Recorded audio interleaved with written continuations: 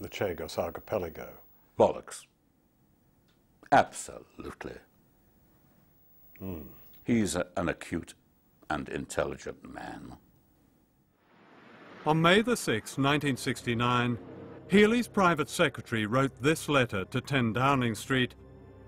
It confirmed that the Defence Secretary had read Stewart's plan and agrees with its recommendations. In Washington, a parallel conspiracy was taking place, also in high secrecy. The object was to keep the expulsion of the islanders from Congress, so payment for the lease of the islands was disguised as a $14 million discount on a Polaris nuclear missile about to be supplied to the Royal Navy.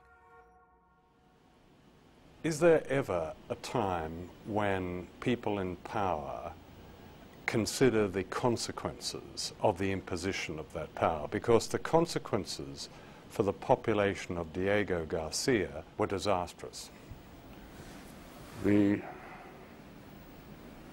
circumstances involved how many?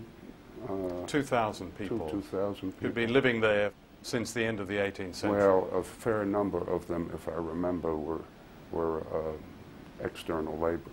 Well, that's been shown to be untrue. The British government tried to represent them as that. They were an indigenous 3-4 generations. As I said, I went through this record some years ago, and at that time it was said that these were imported laborers to some degree.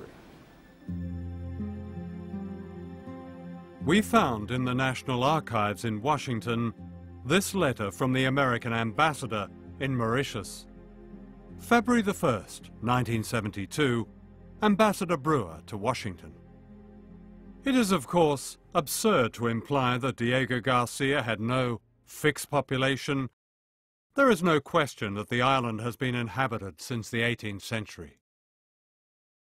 I don't think there's any doubt at all that the Americans who visited the islands to reconnoiter as to whether this was a suitable base area, they saw that there was a functioning civilization on the island.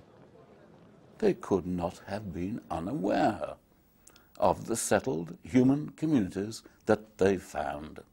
So when Schlesinger said they didn't know, they'd looked into it, that just... No, amnesia, at best. That's all you can say to that. It was not true. They knew. There's another... And they collaborated together on how do we get rid of these people? How do we lie that they're simply contract laborers? When many of them, their fathers, their grandfathers, perhaps even fathers,